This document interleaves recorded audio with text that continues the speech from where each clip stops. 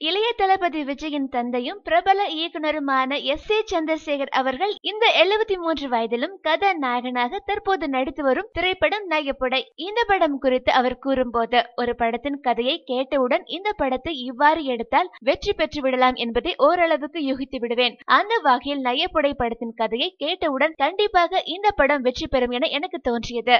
எனது மகன் விஜய் 2 படங்களில் முதலில் நடிக்க மறுத்தார். ஒன்று பிரியமானவளே.